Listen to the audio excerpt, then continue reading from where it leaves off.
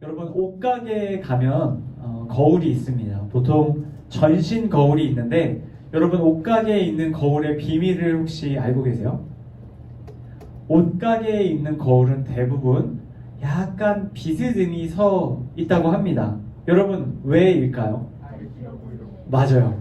약간 거울이 비스듬히 서 있으면 그 거울 앞에 섰을 때 실제로 보이는 것보다 사물이 조금 더 비율이 좋게 보이기 때문이라고 합니다.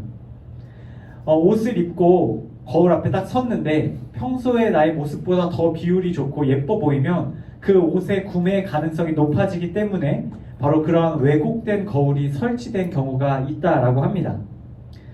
여러분 옷을 사서 집에 돌아와서 집에 있는 왜곡이 없는 거울 앞에서 나의 모습을 비춰보았을 때 우리는 절망할 때가 있죠. 분명 옷가게에서는 옷이 너무 잘 어울리고 내 비율이 좋아 보였는데 집에 오니까 현실을 마주하니까 생각보다 멋지지 않은 모습에 실망할 때가 있습니다. 여러분 제가 이와 비슷한 것을 최근에 또 경험했는데요. 제가 전도사님들하고 최근에 여기 천호역에 있는 천호요 로데오 거리에 있는 사진 그 부스 안에 들어가서 사진 찍는 거 있잖아요. 그 사진 찍는 걸 들어가서 사진을 찍었습니다. 여러분들도 뭐 다들 많이 찍어봤을 거라고 생각하는데 여러분 거기서 사진을 찍으면 그냥 휴대폰으로 찍는 것보다 사진이 조금 더 잘 나오는 경향이 있는 것 같아요. 필터나 여러 가지 조명들로 인해서 현실에 보이는 나의 진짜 모습보다 조금 더 멋지게 보이는 경향이 있기 때문이죠. 여러분 왜곡이 없는 거울, 그 거울에 나의 모습을 비춰보았을 때는 우리의 적나라한 현실적인 모습이 발견되기 마련입니다. 저도 고등학교 때 학교에 가면은 제가 늘 앉는 자리가 있었어요. 어디였냐면 뒷문 쪽에 맨 뒷자리였어요. 제가 왜 그 자리에 앉았을까요? 힌트는 바로 요겁니다. 맞아요. 거울이 있었어요. 뒷문 쪽에 보면은 거울이 있었는데 거울 그 책상에 앉아 있으면 고개만 살짝 돌리면 거울을 볼 수 있었어요. 그래서 거울을 보면서 제가 뭘 했냐면 계속 머리 스타일을 계속 가다듬고 어떻게 하면 조금 더 멋있을지 막 보았던 기억이 있습니다. 여러분 그런데 그거 아세요? 거울을 보면 볼수록 내 모습이 멋져 보이는 게 아니라 아쉬운 점들이 보이기 시작합니다. 피부도 아쉽고 헤어스타일도 아쉽고 내 눈에 보이는 것들 중에 아쉬운 단점들만 보인다는 거예요. 여러분 오늘 우리가 함께 읽은 성경 말씀 속에는 바로 이처럼 왜곡 없는 거울에서 자신의 모습을 정확하게 보았던 한 인물이 등장합니다. 자신의 모습을 정확하게 알고 자신의 처지를 이야기했던 사람이 등장해요. 그 사람의 이름은 바로 모세입니다. 여러분 오늘 우리가 함께 읽은 출애굽기 말씀 속에는 모세라는 사람이 서 있습니다. 여러분 이 모세가 서 있는 장소가 어딘지 이렇게 살펴보았더니 미디안이라는 장소입니다. 여러분 미디안이 어떤 곳이냐면요. 오늘날 사우디아라비아 북서부 동쪽 해안 지역입니다. 여러분 이곳은 모세가 태어나고 자란 곳이 아니라 모세가 살던 고향을 떠나온 동네입니다. 여러분 모세는 오늘 본문 말씀을 기준으로 40년 전에 이 미디안이라는 곳으로 왔습니다. 여러분 이 미디안이 어떤 곳이었냐면요. 당시에 사막 기후였어요. 낮에는 엄청나게 덥고 밤에는 엄청나게 추워지는 일교차가 엄청 큰 그러한 척박한 지역이었어요. 연 강수량이 얼마나 되나 봤더니 1년에 한 100mm 이하로 비가 온다라고 합니다. 다시 말해서 엄청나게 건조한 지역이었고 농사를 지을 수 없는 척박한 땅입니다. 또한 이 지역은 바람이 거세게 불어와서 이 사막에 모래폭풍이 일어났고 뱀과 전갈 같은 그 위험한 동물들이 서식하던 그러한 땅이었어요. 또한 각 곳곳에는 자갈과 암석과 같은 것들이 많은 그런 메마른 황무지였습니다. 여러분 이곳에 살던 사람이 어떠한 주택 구조에서 살았냐면요.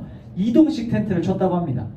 그러니까 일시적으로 텐트를 쳐서 이렇게 살다가 그 땅이 너무 또 안 좋아지면 또 이동해서 그 옆 지역으로 가서 사는 그런 삶을 사람들이 살았다라고 합니다.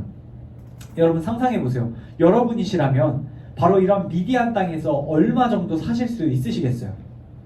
한 일주일? 한 달? 1년? 1년 살면 진짜 오래 사는 걸 겁니다. 그런데요.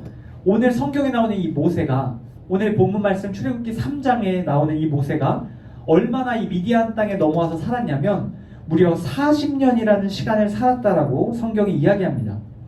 여러분, 모세가 처음 이 미디안 땅, 이 사막과 같은 땅에 왔을 때가 40살이었어요. 40살에 이 미디안 땅에 왔는데 그로부터 40년을 살았으니까 지금 몇 살이에요? 80세. 80세의 노인이 되어서 이 미디안 땅 한복판에 서 있는 모세를 성경은 우리에게 보여주고 있습니다. 여러분, 40년 동안 이 광야에서 살았으니까 모세의 행색이 어땠겠어요? 한번 충분히 상상해 볼 수 있죠. 아마 그는 80세가 되었기 때문에 머리가 다 빠졌거나 혹은 머리가 하얗게 새었을 겁니다. 그리고 허리는 좀 굽었겠죠. 그리고 피부가 검게 그을렸을 거고요. 거칠었을 겁니다. 여러분, 이 모세가 40년 동안 무슨 일을 하면서 살았냐면요, 양을 치며 살았답니다. 미디안에서 밖에서 야외에서 양을 치며 밤낮 없이 그렇게 지냈던 거예요. 여러분, 모세의 겉모습은 볼품이 없었을 겁니다. 그런데 더 문제는요, 그의 속은 더 엉망진창이었다라는 거예요. 여러분, 모세의 이야기를 여러분 알고 계실 겁니다. 40살 전까지, 이 사람이 미디안 광야로 도망쳐 나오기 전까지 모세가 겪었던 일들 여러분 알 거예요. 여러분, 모세는 히브리인으로 태어났습니다. 애굽 토착민으로 태어난 게 아니라요, 히브리 민족, 이방인으로 태어났어요. 그런데 이 애굽 땅에서 이주해서 살던 이 히브리인, 이 모세는 태어나면서부터 죽을 위기에 처합니다. 당시에 애굽 왕 바로가 히브리 사람들이 그 땅에서 번성하는 것을 두려워해서 태어나는 아기 중에 남자 아기는 모조리 죽이라는 인구 말살 정책을 폈기 때문이죠. 여러분, 모세는 태어나면서부터 목에 칼이 들어왔던 사람입니다. 그런데 어떻게 되죠? 모세는 죽지 않습니다. 모세는 그의 누이에 의해서 그 강가의 그 지풀 나무로 만든 그 상자에, 갈대 상자에 담겨서 가까스로 생명을 구원받게 됩니다. 그렇게 생명을 구원받고 애굽 왕 바로의 딸에 의해서 건진받아서 그는 애굽의 왕자로 살게 되죠. 여러분, 애굽 왕자로 40년을 살아오면서 아마 이 모세라는 사람에게는 정체성의 혼란이 있었을 겁니다. 나는 분명히 히브리 사람인데 나는 애굽의 왕자이다. 이건 굉장히 그에게 혼란스러운 일이었을 거예요. 그렇게 40년 동안 자기가 히브리인이지만 애굽 사람으로서 살아가는 가운데 그에게 큰 위기가 한 번 더 찾아오죠. 바로 자신의 동포 히브리인이 애굽 사람에 의해서 학대당하고 있는 것을 눈앞에서 본 겁니다. 여러분, 모세가 이 광경을 지켜보고 어떻게 행동합니까? 여러분 알고 계세요? 어떻게 행동했죠? 맞아요. 죽였어요. 자기의 동포 히브리인을 종으로 다루는 이 애굽 사람에 대한 분노가 머리 끝까지 올라가서 이 사람이 분노 조절을 하지 못하고 그만 바닥에 있는 돌을 집어서 그 애굽 사람을 돌로 쳐 죽입니다. 여러분, 우발적으로 확 사람을 죽이고 이 모세가 땅에 이 사람을 묻죠. 애굽 사람을 묻습니다. 그런데 이것을 묻는 게 완전 범행이 되지 못할 거라는 것을 알고 모세는 도망칩니다.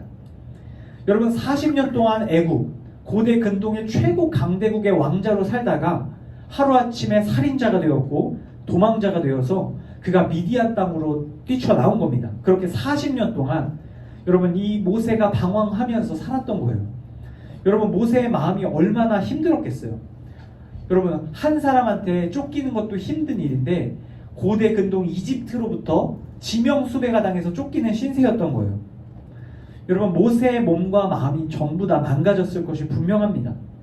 그렇게 이방 땅에서 히브리인도 아니고 애굽 사람도 아닌 애매한 위치에서 40년 동안 살았던 사람이 모세예요.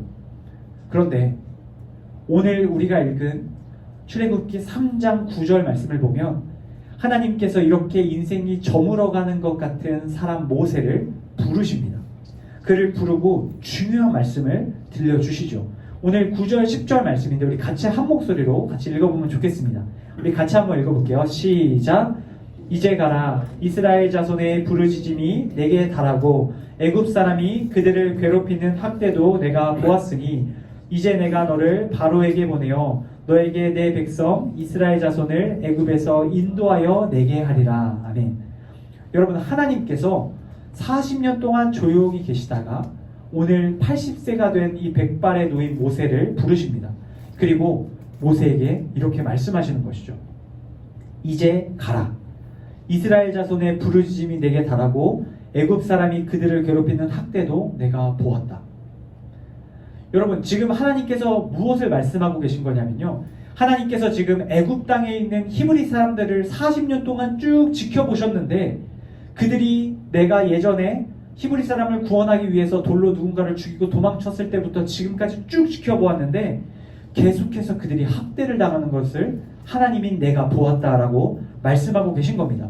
그리고 모세에게 이렇게 말하는 것이죠. 너는 다시 애굽으로 돌아가서 그곳에 있는 히브리 사람들, 오늘 말씀에 나온 이스라엘 자손들을 구출해내라 라고 말씀하고 계십니다.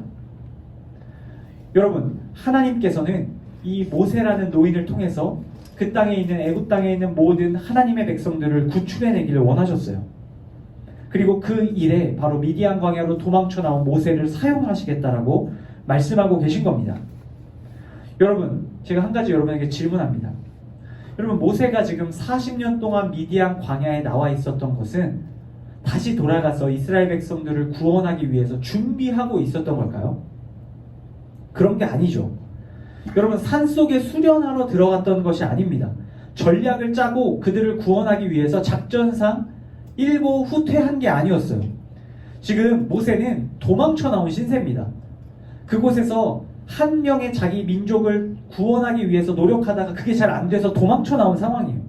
그런데 하나님께서는 그 사람에게 다시 광야에서 애굽으로 돌아가라고 말씀합니다. 여러분, 아마 모세는 이집트, 애굽이라는 단어만 들어도 가슴이 떨려왔을 겁니다. 제가 초등학교 5학년 때 경기도 삼본이라는 곳에 살았어요. 여러분 혹시 삼본 아세요? 삼본? 처음 들어보시죠? 잘 모르시는 것 같아요. 경기도 삼본이라는 지역이 있는데 그곳에 제가 잠시 가서 살았습니다. 그런데 제가 그 삼본에 처음 갔는데 그 삼본 시내가 있어요. 시내가. 그 시내는 이제 막 노는 형 누나들이 막 많이 가는 그런 곳이었어요. 제가 제 친구들이랑 몇 명이랑 모여서 그곳에 맛있는 걸 먹으러 가겠다고 갔는데 그 삼본 시내 입구에 딱 들어서자마자 모르는 형들이 제 어깨에다 싹 손을 감기 시작하는 거예요.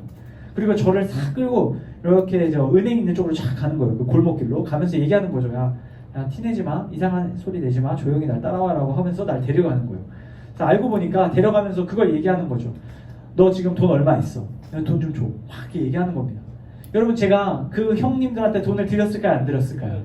드려야죠. 드려야 되는데, 드려야 살 수 있는데 제가 돈이 있었는데 이게 돈을 빼앗기면 안 되겠다는 생각이 드는 거예요. 그래서 제가 그 형님이 이렇게 어깨를 이렇게 다 감싸고 가는데 잠시만요 이러다 갑자기 확 튀기 시작했어요. 막 튀어서 삼본 시내를 가로질러가지고 막 달려갔습니다. 달려가서 다시 삼본 시내 입구를 지나서 제가 집까지 정말 제 인생에 그렇게 빨리 뛰어본 적이 없었던 것 같아요. 정신없이 뛰어가면서 도망쳤던 기억이 있습니다. 여러분, 제가 그 이후에 삼본 시내로 다시 간 일이 있었을까요? 없었을까요? 그 이후에 3년 동안 초등학교를 졸업하고 중학교에 갈 때까지 저는 한 번도 삼본 시내를 다시 가지 않았습니다. 삼본 시내 얘기만 들어도 그때 만났던 그 불량배 형들이 떠올라서 막 가슴이 쿵쾅쿵쾅 했던 기억이 있었던 겁니다. 여러분, 모세에게 애굽이란, 이집트란 바로 그런 곳이었을 겁니다. 자기가 그곳에서 동포를 구원하지 못하고 도망쳐 나왔던, 살인자 신세가 되어서 도망쳐 나왔던 그러한 지역이었던 것이죠. 그런데 하나님께서 그곳에 다시 가라고 이야기하고 있는 겁니다. 그리고 더 놀라운 것은요, 그곳에서 몇 사람 구원해서 오라고 하시는 것이 아니라 그곳에 있는 모든 이스라엘 자손을 구출해내라 라고 말씀하고 계신 겁니다. 여러분, 모세는 하나님의 이 명령을 들은 이후에 오늘 말씀 11절과 같이 하나님께 반응합니다. 우리 11절 말씀도 다시 한번 한 목소리로 읽어보도록 하겠습니다. 함께 읽습니다. 시작. 모세가 하나님께 아뢰되 내가 누구이기에 바로에게 가며 이스라엘 자손을 애굽에서 인도하여 내리이까. 여러분, 오늘 말씀 11절에 나오는 오늘 설교의 제목과 같은 내가 누구이기에, 여러분, 모세는 하나님께 이렇게 말씀드립니다. 내가 누구이기에 바로 왕 앞에, 애굽의 왕 앞에 가겠습니까? 내가 누구이기에 이스라엘 자손을 애굽에서 인도하여 낼 수 있겠습니까? 라고 이야기하고 있습니다. 여러분, 지금 모세가 내가 누구이기에 라고 말하는 것은요, 사실 모세가 거울을 보듯이 자신의 모습을 정확하게 보고 하나님께 드리는 말씀입니다. 여러분, 하나님께서 맡기신 이스라엘 백성들을 전체를 구원해내는 일은 모세가 감당할 수 없는 일입니다. 그의 능력이나 그의 과거나 그의 어떠한 것을 보아도 그가 이 일을 해낼 만한 잠재력이 보이지 않습니다. 여러분, 모세가 어떤 사람입니까? 어찌 보면 이스라엘 민족 중에 가장 못난 사람입니다. 그는 살인자였고 도망자였습니다. 그는 자기 감정을 조절하지 못하던 사람이었고 평생 동안 양만 치던 사람입니다. 여러분, 그는 나이가 80이에요. 머리가 하얗게 새고 등이 굽었습니다. 그리고 성경을 보면 그가 자기의 혀가 둔하다라고 이야기해요. 자기가 말하는 능력이 없다라고 말하는 겁니다. 여러분 생각해 보세요. 여러분, 그래도 애굽의 왕 파라오를 만나서 이스라엘 민족을 구원해 내려면 그래도 기본적으로 말은 할 수 있어야 되잖아요. 그 앞에 서서 당당하게 내가 내 민족 이스라엘 백성들을 구원하러 왔습니다라고 말은 할 수 있어야 되잖아요. 그런데 지금 모세는 어버버버버버 말을 못하는 사람이라는 거예요. 마음이 떨려서 혀가 굳어가는 그런 사람이라는 겁니다. 여러분, 리더로서 능력이 없는 사람입니다. 여러분, 그는 민족의 지도자로서 이스라엘을 구원할 만한 그런 사람으로 보이지가 않습니다. 모세는 자신의 이런 모습을 잘 알고 있었습니다. 다시 말해 자기 객관화가 잘 됐던 사람입니다. 여러분, 그는 자기가 내가 누구에게 하나님 앞에 이 일을 감당할 수 있겠습니까? 라고 묻고 있는 겁니다. 사랑하는 여러분, 오늘 우리가 왜 이 모세의 이야기를 이렇게 깊이 살펴보고 있을까요? 그 이유는 바로 하나님께서 모세에게 주신 이 명령이 오늘 우리에게도 하나님께서 주고 계신 명령이기 때문입니다. 여러분, 하나님께서는 오늘 이곳에 있는 저와 이곳에 계신 여러분 한 사람 한 사람에게 오늘 모세에게 주신 것과 동일한 명령을 주고 계십니다. 여러분, 하나님께서는 우리에게 이 세상에 죄에 눌려있는, 죄에 학대받고 있는 세상 모든 사람들을 이 세상으로부터 구원해내라고 명령하고 계십니다. 여러분, 하나님께서 우리에게 맡기신 이 일을 한 단어로 소명이라고 말합니다. 하나님께서 우리를 부르시고 주신 명령, 이 세상의 죄로 인해 죽어가는 사람들을 구출해내는 그 일을 소명이라고 말합니다. 여러분, 영화 터널이라는 영화를 혹시 보신 적이 있으세요? 한국 영화입니다. 하정우 배우가 나오는 영화인데 저 굉장히 재밌게 봤습니다. 무슨 영화냐면요, 영화에 보면 이 하정우라는 남자가 자기의 승용차를 몰고 터널을 통과하는 이야기입니다. 근데 터널을 지나가는데 갑자기 그 부실 공사한 터널이 중간에서 무너져 내리기 시작하는 거예요. 여러분, 터널이 깜깜해지고 그 천장이 무너져 내리니까 속수무책으로 이 하정우가 그 중간에, 터널 중간에 갇히게 됩니다. 근데 보면 그 위에서 떨어진 철골 구조물들이 이 하정우의 차와 그 터널에 있었던 다른 사람들의 차와 신체를 누름으로 인해서 사람들이 그곳에서 도저히 빠져나갈 수 없는 상황이 벌어지게 됩니다. 여러분, 그렇게 꽉 눌려있는 상황 속에서 외부에서 누군가가 그것을 건져내기 위해서 여러 가지 노력을 기울이기 시작하죠. 막 여러 중장비들이 와가지고 그 건물들, 잔해들을 막 건져내고 그 안에 이제 수색대가 들어가서 그 사람들을 구해내기 위해서 노력합니다.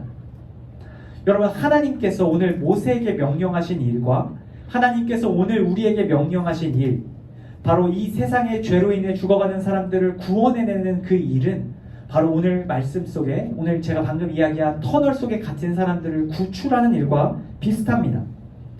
여러분, 이 세상 속에도 애굽에 의해서 고통받고 있는 히브리인처럼 죄로 인해서 고통받고 있는 수많은 사람들이 있습니다.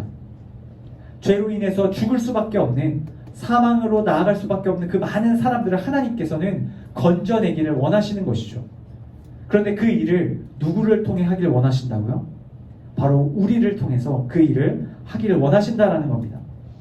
물론 우리의 힘과 능력으로 그 모든 죄의 잔해들을 해치고 사람들을 구출해낼 수는 없습니다. 우리에게는 예수님이라는 가장 분명한 도구가 있습니다. 우리에게 주신 예수님이라는 이름을 통해서 우리는 이 세상 사람들을 죄에서 구원해야 한다는 것이죠. 그런데 방법은 다양할 수 있습니다. 누군가는 선생님으로서, 누군가는 정치가로서, 누군가는 학자로서, 또 예술가로서, 요리사로서, 운동선수로서, 의사로서, 청소부로서 각자 다양한 직업을 통해서 예수님을 전하고 예수님으로 사람들을 구원해내는 일을 우리에게 맡기신다라는 겁니다. 그런데 아주 이상적이죠. 우리를 통해서 이 세상의 죄로 인해 죽을 수밖에 없는 사람들을 구출하고 하나님의 나라로 인도하는 일이 너무나 아름답고 이상적으로 보입니다. 그런데 문제는요, 우리가 그 일을 감당하기에 부족하다라는 생각이 든다라는 겁니다. 여러분, 우리에게 주어진 직업과 재능과 다양한 능력들을 통해서 예수님을 세상 사람들에게 전하는 일이 쉽지가 않습니다. 여러분, 예수님을 전하는 일은 둘째치고 이 세상에서 밥벌이를 제대로 하며 살아가는 것도 쉽지가 않습니다. 여러분, 그런 우리가 어떻게 하나님의 위대한 일, 이 세상 사람들을 구원하는 그 일을 감당할 수 있습니까? 여러분, 우리의 모습을 솔직하게 돌아볼 때 우리도 오늘 모세처럼 말할 수밖에 없는 겁니다. 하나님, 내가 누구이기에 하나님께서 맡기신 그 일을 감당할 수 있습니까? 하나님, 내가 누구이기에 이 세상에 예수님을 전하고 예수님으로 사람들을 하나님의 나라로 인도할 수 있겠습니까? 우리도 바로 이러한 물음을 하나님께 할 수 있다라는 겁니다. 여러분, 그러한 물음이 우리 안에 들 때 여러분, 우리는 모세의 모습을 살펴보아야 합니다. 하나님께서는 오늘 모세에게 오늘 이 마지막 12절 말씀을 통해 중요한 사실을 깨닫게 하십니다. 우리 마지막 말씀인데요, 우리 12절 말씀을 한 목소리로 읽어보도록 하겠습니다. 시작. 하나님이 이르시되 내가 반드시 너와 함께 있으리라. 내가 그 백성을 애굽에서 인도하여 낸 후에 너희가 이 산에서 하나님을 섬기리니 이것이 내가 너를 보낸 증거니라. 아멘. 여러분, 하나님께서 모세에게 이렇게 말씀하고 계십니다. 모세가 비록 나이가 많고 말도 둔하고 과거도 별로고 여러모로 부족하지만 하나님께서는 그 모든 것을 아시고 그에게 가장 중요한, 그가 하나님의 일을 감당할 수 있는 유일한 능력을 알려주십니다. 그것은 바로 하나님께서 반드시 너와 함께 있으리라 라는 것입니다. 여러분, 12절 말씀을 보면 하나님께서 이렇게 약속하십니다. 하나님께서 모세와 반드시 함께 있을 것이라고요.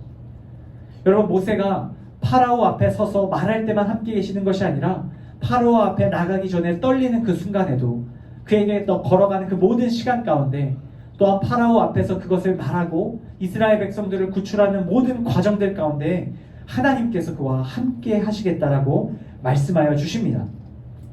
하나님께서는 이 모세가 이스라엘 백성들을 구출한 후에 하나님을 섬기는, 하나님을 예배하는 그 일들이 일어날 것이다 말씀합니다. 여러분, 하나님을 예배하게 된다는 것이 무엇입니까? 하나님께 모든 영광을 돌린다는 것을 뜻합니다.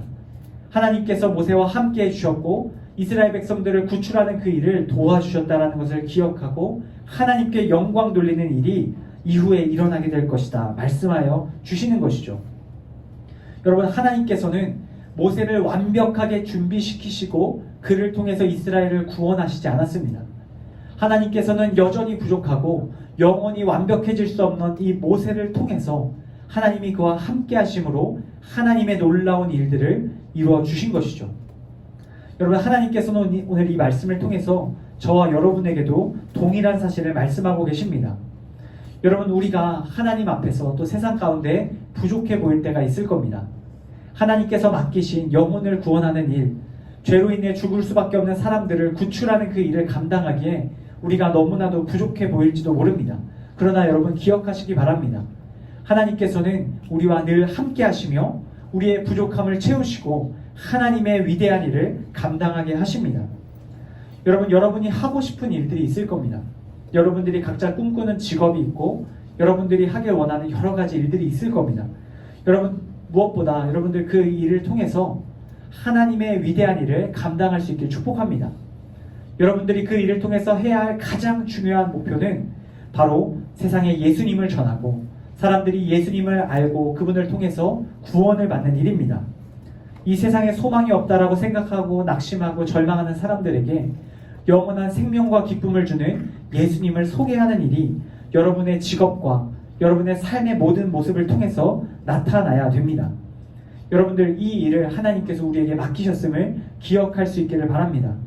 하나님께서 우리와 늘 함께 하시며 여러분을 통해서 이 땅의 많은 사람들을 모세와 같이 구원하는 일에 사용하실 줄로 믿습니다. 여러분, 끝으로 한 가지 이야기를 제가 전해드리고 말씀을 맺으려고 합니다. 지상에서 가장 힘든 스포츠 트라이애슬론, 우리 철인 3종 경기라는 것이 있습니다. 한 사람이 수영과 사이클, 마라톤 세 종목을 연이어서 실시하는 경기입니다. 여러분, 이 경기는 극한의 인내심과 체력이 필요하다고 합니다. 1989년 하와이에서 열렸던 이 철인 3종 경기에서 아주 대회에 참가한 수많은 사람들 중에 가장 화제를 모았던 한 사람의 이야기가 있어서 제가 그 이야기를 좀 소개하려고 합니다. 27살의 릭 호이트라는 사람과 그의 아버지 49살의 딕 호이트라는 이 부자가 이 철인 3종 경기에 출전했다라고 합니다. 1989년 하와이에서 열렸던 이 경기에 출전했던 이 부자는 제한시간 17시간 안에 총 226km를 완주해야 하는 코스를 시작합니다. 경기가 시작되고 시간이 흘러서 대부분의 참가자들이 결승선을 통과하고 들어옵니다. 그런데 날이 캄캄하게 어두워질 때까지 방금 말씀드린 이 두 부자의 모습이 보이지가 않았습니다. 17시간의 제한시간이 거의 끝나가면 16시간이 넘어갈 때쯤 사람들이 이것은 불가능한 시도였다라고 이야기합니다. 그런데 제한시간이 끝나기 30분 전에 불가능한 일이라고 생각하던 사람들 눈앞에 저기 멀리서 휠체어를 탄 아들과 그 휠체어 뒤에서 휠체어를 끌며 달려오는 아버지의 모습이 보였습니다. 혹시나 하는 마음에 기다리고 있었던 사람들은 16시간 30분이 지나고 그곳에 들어오고 있던 이 두 부자를 향해서 뜨거운 박수를 보냈다고 합니다.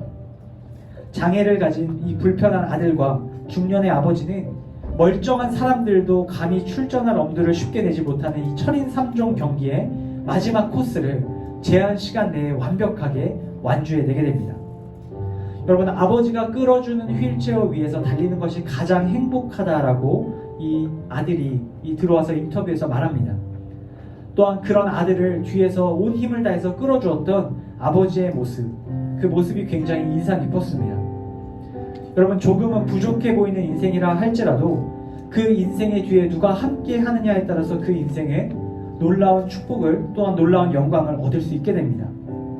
사랑하는 여러분, 하나님께서는 바로 이 아버지 딕 호이트처럼 우리의 삶에 늘 함께 하시며 우리가 나아가고자 하는 그 길에 동행하여 주시는 분이십니다. 우리가 이루길 원하는 그 일을 통해서 하나님의 위대한 일을 또한 함께 이루어주길 원하시는 분이시죠. 여러분, 바라기는 그 하나님과 동행하는 여러분들의 인생이 되길 소망합니다. 여러분들 혼자 달려나가는 인생이 아니라 하나님과 함께 달려나가며 하나님의 위대한 일, 그 소명을 발견하고 이뤄나가는 여러분들 되길 간절히 축복합니다. 한 주간 여러분 삶 가운데 나아가 여러분과 함께 하신 하나님처럼 여러분들도 다른 이들과 또한 함께 해줄 수 있길 또한 축복합니다. 여러분들 부족한 이들 가운데 함께하여 그들을 격려하고 위로하며 그들과 함께 동행하는 하나님을 닮은 사람들 또한 되어주기를 간절히 소망합니다. 여러분들의 그러한 함께함의 모습을 통해서 또한 많은 이들이 하나님의 사랑을 경험하게 될 줄로 믿습니다. 오늘 이 거룩한 주일 부족한 우리와 함께 하시며 우리에게 주시는 소명을 이뤄가시는 그 하나님을 기대하며 오늘 하루도 또 한 주간도 앞으로의 모든 인생 가운데 하나님의 꿈을 함께 꾸어가는 사랑하는 우리 파워웨이브 친구들 한 사람 한 사람 다 될 수 있기를 예수님의 이름으로 간절히 축복합니다.